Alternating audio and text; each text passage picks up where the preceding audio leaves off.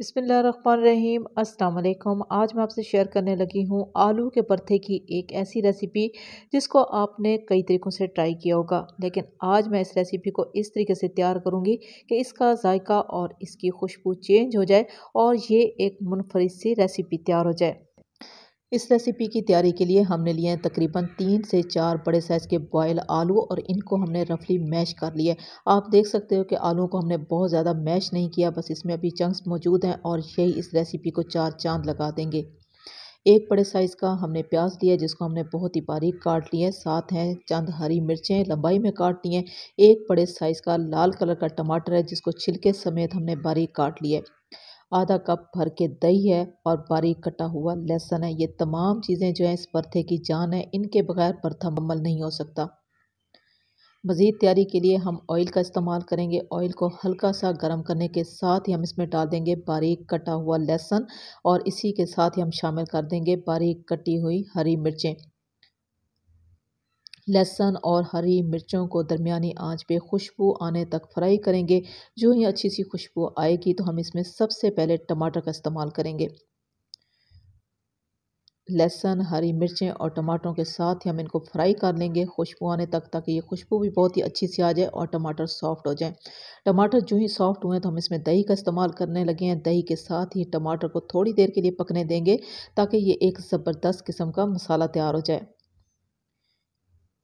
सिर्फ़ और सिर्फ 2 मिनट के लिए ढक्कन लगाएंगे ताकि दही का जो पानी है वो खुश्क हो जाए।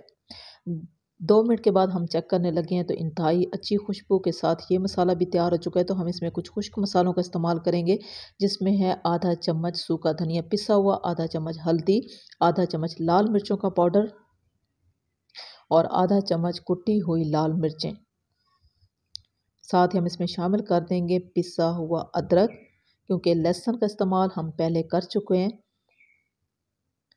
अदरक का पेस्ट भी शामिल कर सकते हैं, लेकिन हमने अदरक का पाउडर इस्तेमाल किया है।